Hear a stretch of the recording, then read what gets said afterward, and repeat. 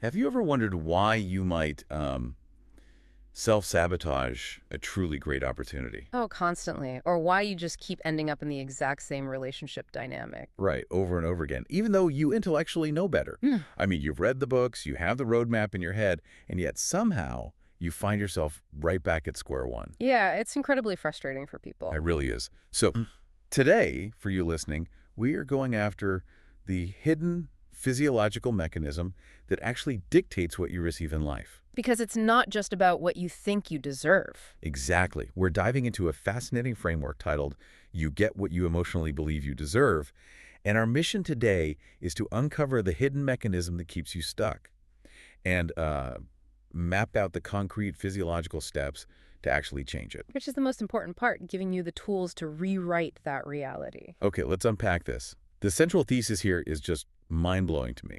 It's the idea that success, love, and opportunity have far less to do with strategy or effort. Or even your mindset. Right, less to do with mindset and almost everything to do with this wordless, precognitive feeling in your physical body.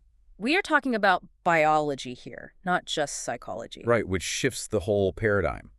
It does. What we are really talking about is what's known as a somatic set point. A somatic set point. Right. You can think of it as an internal thermostat. But instead of regulating the temperature in a room, it regulates your capacity to receive good things. Wow. And it operates entirely beneath your conscious awareness. I promise you, by the end of this deep dive, you will understand exactly why you get stuck in those loops and exactly how to rewrite that deep bodily programming. I love that.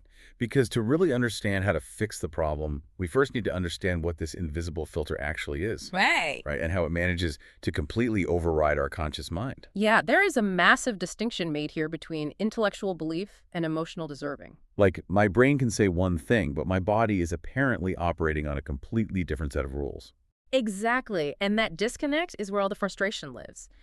Emotional deserving isn't an attitude you just choose. Right. It is an embodied pattern. It is literally encoded into your nervous system. Through, like, past experiences and things. Yes. Over years of relational messaging and felt experiences, your body learned a baseline for what is normal and what is safe. So you might have this intellectual belief where you consciously say to yourself, I deserve a healthy, supportive partner. But down in your gut, your emotional reality, your nervous system might be saying, distance, anxiety, struggle, this is my baseline. This is what I know. Right. This is what is familiar, and therefore this is what is safe. Which explains some of the more baffling human behaviors. Like what? Well, like the classic example from the source text of lottery winners. Hmm. You always read about people who win millions, and then within a few years... They return to their previous financial state. They go completely bankrupt. Yes. And it's not because they suddenly forgot how to do basic math. It's because their internal thermostat for wealth was set so much lower. Their nervous system perceived that sudden abundance as a massive threat. So it literally had to get rid of the money to feel safe again. Exactly. Or, why an emotionally unavailable partner suddenly appears in the life of someone who knows exactly what a healthy relationship looks like. Right. They've spent years in therapy. They know the red flags. But the healthy, available partner actually exceeds the capacity of their somatic set point. Wow. The nervous system just doesn't know how to process that level of ease without panicking because it has no historical data for it.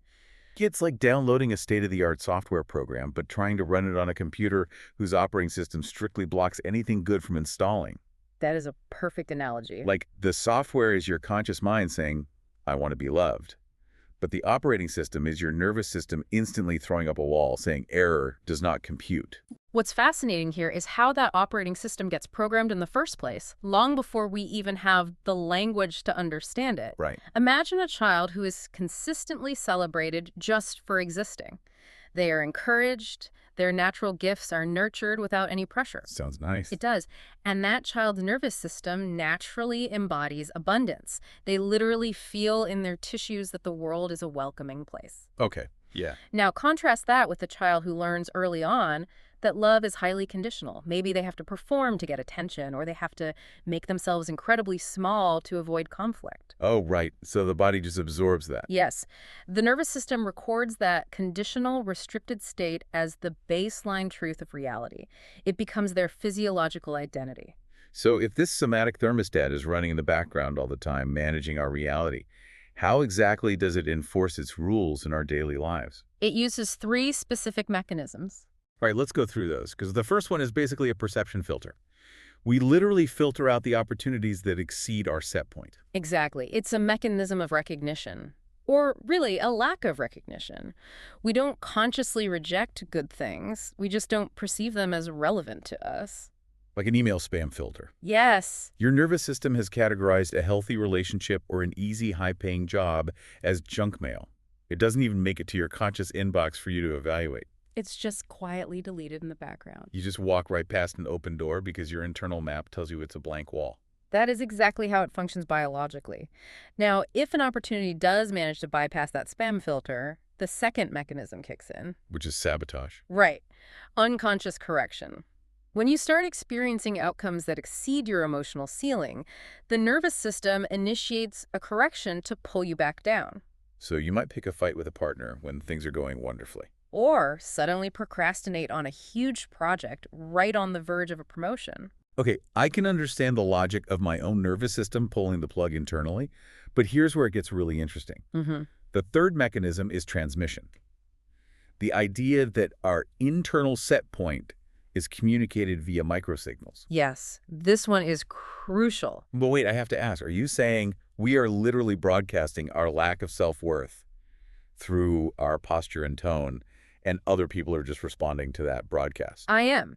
Now, it is never your fault if someone mistreats you. We have to be very clear about that. Right, But absolutely. what we are talking about here is how your nervous system unconsciously signals its tolerance levels to the room. Okay, so how does that look? If your thermostat is set to, I don't deserve much space, you will physically demonstrate that. You'll qualify your statements with apologies. You'll shrink your posture. Oh, like when people's tone of voice lifts at the end of a sentence, turning a statement into a question. Exactly. You won't make a direct request. You'll just hint at what you need. And other people unconsciously read those signals and agree to that low baseline. They do. Humans are highly attuned mammals. Other people's nervous systems will treat you according to the boundaries your nervous system is instructing them to respect, or in this case, bypass. Wow. Have you ever noticed someone apologizing right before they share a brilliant idea in a meeting? Oh, all the time. Sorry, this might be a dumb question, but Yes, that is transmission. They are preactively lowering the value of their own contribution so they don't exceed their set point of visibility. Sabotage and transmission aren't weakness. It is simply your nervous system doing its job to restore its known baseline. because familiar equals safe. Exactly. Okay, so if our nervous system is doing all this broadcasting, this low baseline, why can't we just fix it by looking in the mirror and saying, I am worthy? Because positive thinking doesn't work here. So are you telling me all those self-help books and Post-it notes on my mirror are basically useless if my body is clenched while I read them? I am, because of the affirmation gap. The affirmation gap, explain that. There is a vast physical chasm between what you mentally understand and what you emotionally believe. Affirmations spoken over a body that feels unworthy become a performance. The words just sort of float above the somatic truth. Exactly, because verbal knowledge and embodied knowledge are two completely different systems. The cognitive mind is shouting, I am abundant, but the nervous system is whispering, we are in danger. And the nervous system always wins. Every single time. If we connect this to the bigger picture.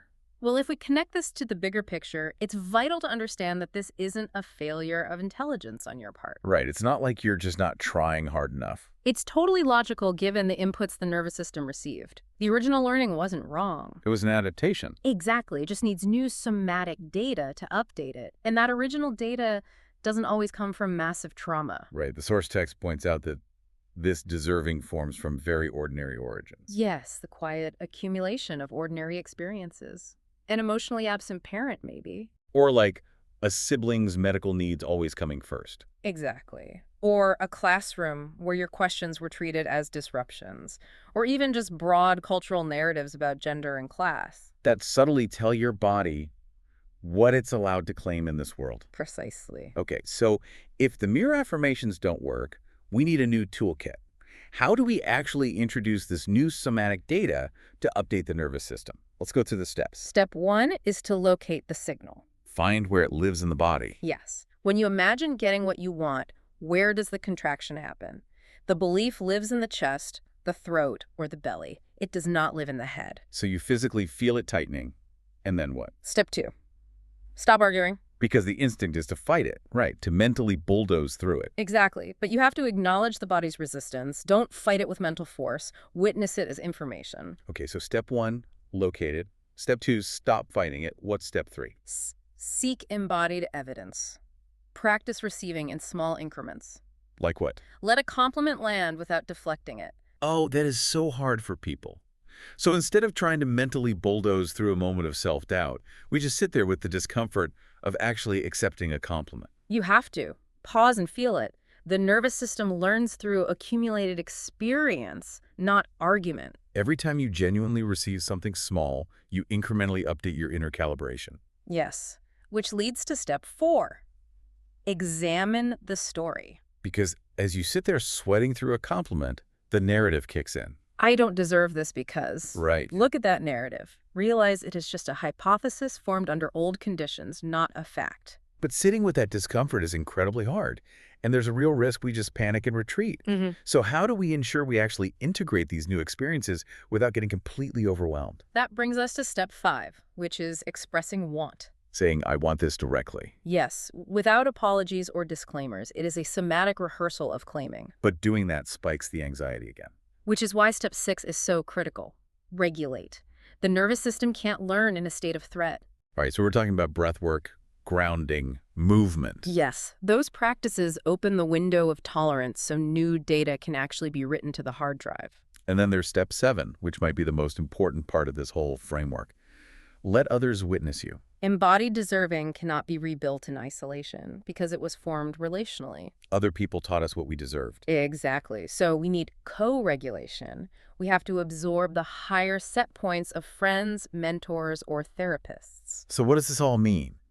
It means healing isn't a solo sport. We actually need to borrow other people's well-regulated nervous systems to calibrate our own. That is exactly right. Saying what you want without a disclaimer is survivable, especially when someone regulated receives that from you. It teaches the body it's safe. Yes. This raises an important question for all of us. How often do we isolate ourselves when we are struggling? Oh, all the time. We think we have to fix ourselves in private. When we actually need proximity to those who embody higher baselines, this is neurophysiology, not just optimism. Tying all these steps together really brings us to a profound realization about what worthiness actually is. It's the paradox of worthiness. Right. You don't earn worthiness. It isn't a destination you reach after you've done enough healing or achieved enough success. Worthiness is a recognition of what was always true. You were born with full belonging. So the work isn't a project of becoming worthy. It is a project of unlearning the belief that you are not. It's a remembering of your original state before circumstance interrupted it. That is just incredible. So the ultimate takeaway for you listening is that the body learns, the nervous system updates, and what was encoded can absolutely be re-encoded. You are not stuck. You are not stuck. Thank you so much for joining us on this deep dive. And before you go, I want to leave you with one final lingering question to ponder on your own. Building on that idea of transmission and co-regulation. Exactly. If our individual emotional set points are constantly being broadcast and absorbed by those around us, how might entire families or workplaces or even cultures be unconsciously co-regulating to a low set point of what they deserve? Wow. And more importantly, if you do the work to raise your own somatic thermostat, whose lives around you might you inadvertently elevate just by walking into the room? What a thought to end on. If you upgrade your system, you might just change the network. We'll catch you on the next deep dive.